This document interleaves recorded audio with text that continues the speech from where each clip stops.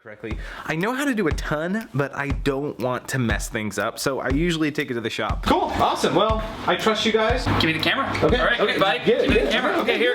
All right, guys. See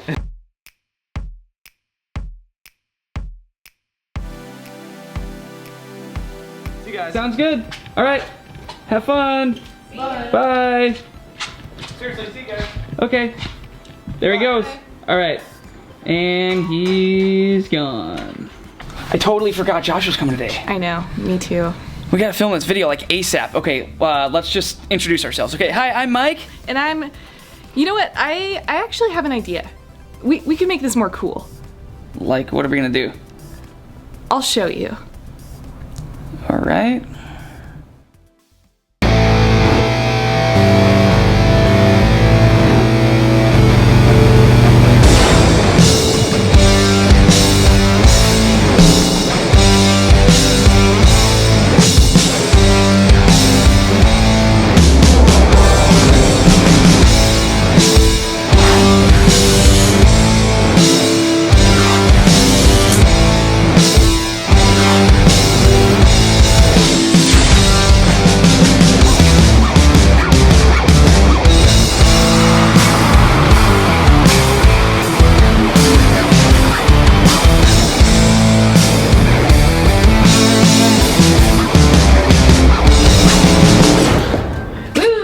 That was a pretty good idea. Okay, well, I guess we'll get to work. Let's introduce ourselves. I'm Mike. And I'm Callie. And we are the owners of Velasco in Bellingham, Washington. We are Josh's local bike shop, and he will often bring us his halfway assembled bikes so that we can apply the finishing touches on them and get them ready to ride in his sweet videos. Josh just got a brand new hardtail from NS Bikes, and he brought it in today about halfway finished. And so we are gonna go get started assembling it the rest of the way and showing you exactly what we do. Let's get started. All right, let's get to work. This is Josh's brand new hardtail. It's an NS Bikes Eccentric Chromo. It's a super aggressive steel hardtail, and we're quite certain that Josh is going to have a whole lot of fun riding this bike. This build is littered with parts from FSA, like this afterburner wheel set, FSA gradient stem and handlebar, FSA afterburner cranks, and an FSA Floatron dropper post and dropper post remote. The fork is a Marzocchi Bomber Z1, which Josh pronounces as Marzucci. This fork has the grip damper in it and also has a Daily MTB Rider fender attached to it. Josh is running a Shimano XT drivetrain and brakes with the 2-piston calipers and Ice Tech rotors and brake pads. For tires, he's running Maxxis Minions with a cush core in the rear. To get this thing trail ready, we're going to be shortening the brake hoses and also the dropper post and derailleur housing, pressing on the crown race correctly onto the steer tube, cutting down the steer tube the correct size, and also finishing up installing the drivetrain to get this thing moving forward, and last but not least, doing a little bit of zip tie management. So first, I'm going to get the biggest job done right away and just get that done. That big job is going to be to cut the steer tube and to press on the crown race onto the fork to have this fork installed correctly in the frame. So that's what I'm going to start doing. To do this job, I'm going to have to first remove the front wheel.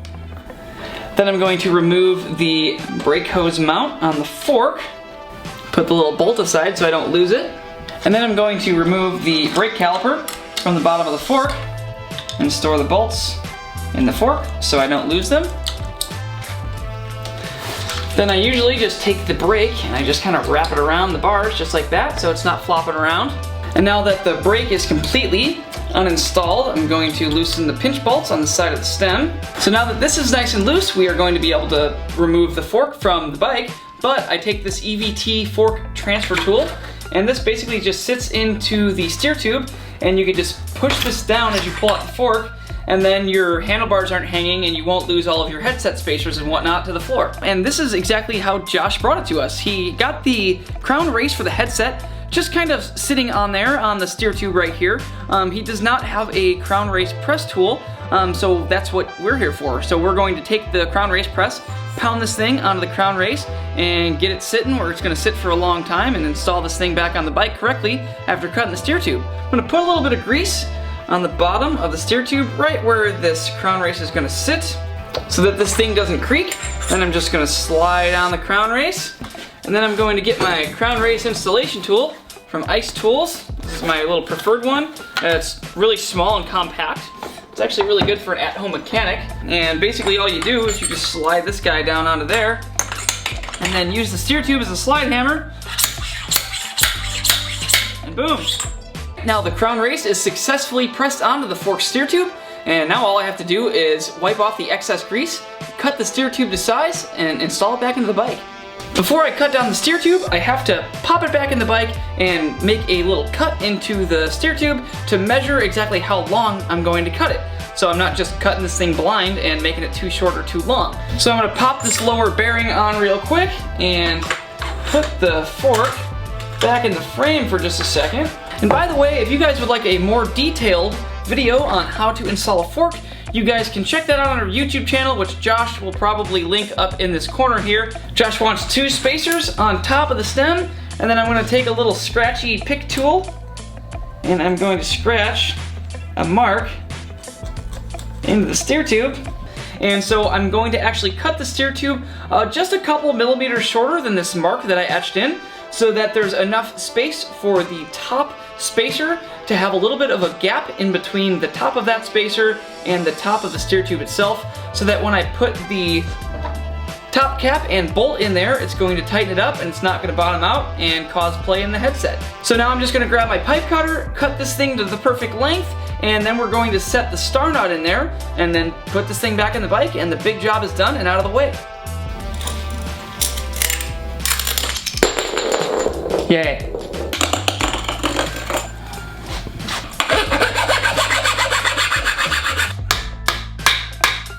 This fork is ready to go back in the bike, but before doing that, I'm just going to put some grease on the crown race, pop that bearing on there, and then I'm going to go into the headset and put some grease in the headset cups in the frame. And then I'm also going to pull apart the top assembly of the headset and then also put some grease in the upper cup and also put some grease around the upper race and then bolt everything back up and we should be good to go.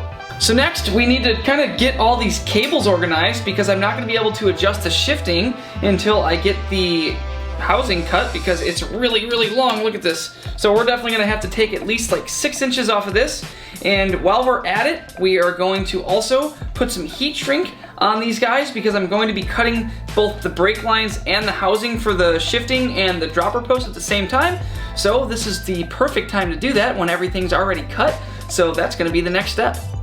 So before I go and cut all these housings and cables, I'm actually going to go through the bike and double check Josh's work to make sure that all of the brake hoses and the housing for the dropper post and for the shifting is all routed correctly. And then I'm also going to cut down the zip ties that he has kind of flopping around, so do a little bit of zip tie management just to get things cleaned up so that I'm not distracted by anything. And that's just going to give me the peace of mind that I'm getting this job done correctly the first time and I won't have to go back and adjust anything because I am putting the heat shrink on there and I really want to just do a good job the first time and not have to go back and fix anything.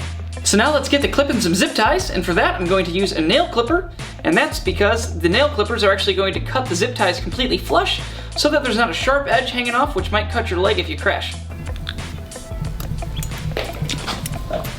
After cutting it, I'm also going to flip the zip tie so it's facing completely away from the outside of the bike, so that not only does it look the cleanest, but also if there is any sharp edge left over even after using the nail clippers, it's going to be facing the inside, so if you do crash and you end up on your bike somehow, you're not going to cut open your leg or your arm on a sharp zip tie. So super clean, a little bit more safe. Right, I got the zip ties all buttoned up and managed, and now I'm going to start sizing out the housings and hoses to cut them. I'm going to start with the shifter housing, get this kind of at a good length so that when Josh crashes and Josh falls down, then the bars can spin around and not rip out his brake hose or his derailleur cable or anything like that. So if I'm satisfied with how long the derailleur housing is, then I'm gonna move on to the rear brake. Since they're both on the right side, let's just get both things done on the right side and just get that all tidied up and heat shrinked, and then we'll move on to the left side.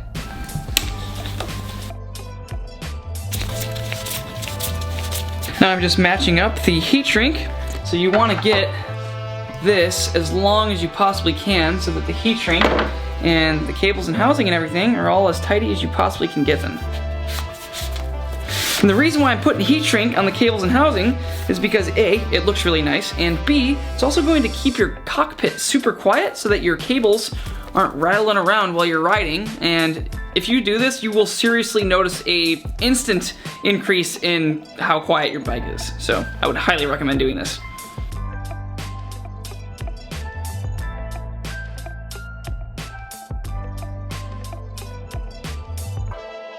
So now I'm going to take off the cup, put the screw back in the top of the master cylinder, and now I'm going to do literally the exact same thing on the left side of the cockpit with the dropper post housing and the front brake hose. And yeah, do the exact same thing and get a little bit of heat shrink around those so those aren't rattling around and look super clean as well. So let's get to work on that.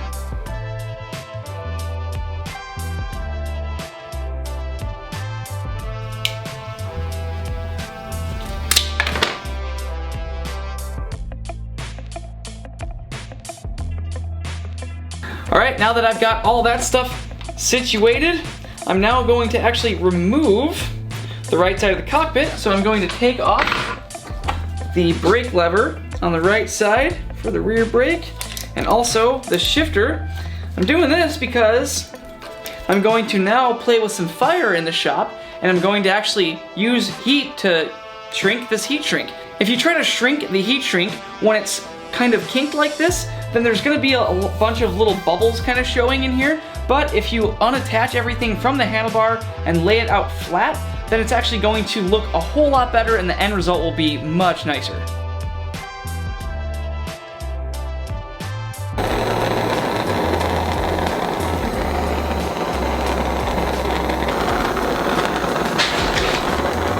Alright, now the cables and housing are all completely cut down to the perfect size. Have heat shrink applied to the outside. Not only is this cockpit now going to be quieter, but it looks a heck of a lot better than it did before. And last but not least, we're gonna have to figure out a way to get this thing pedaling and moving forward, so we're gonna have to finish up the drivetrain, then we're just about done. So really all we gotta do is put some pedals on this bad boy. We gotta install this here chain and hook up the derailleur cable to the derailleur, adjust the shifting. This bike is pretty much done. So let's get to work on the final step. All right, Dusty, can I have that chain? Oh, thank you, buddy. You're such a good little assistant. Good girl. Good girl.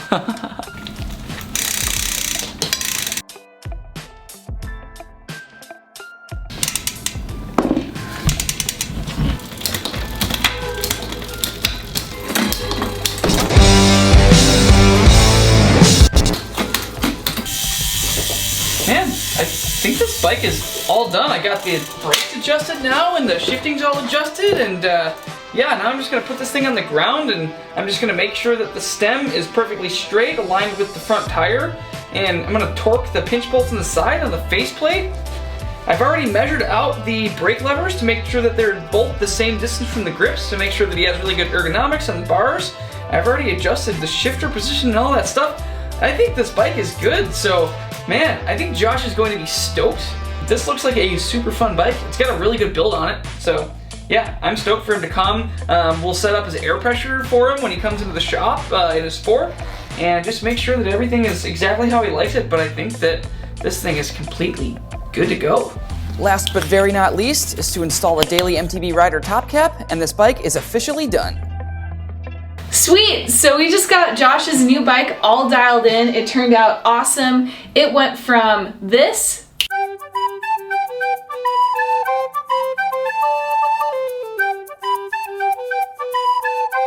to this.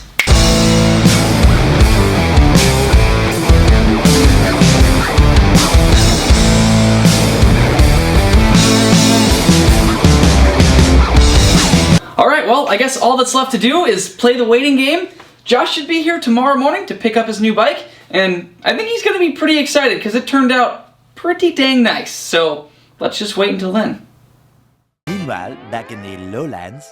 Alright guys, I'm officially back from vacation. It has been way too long. I'm super stoked to see how the bike turned out.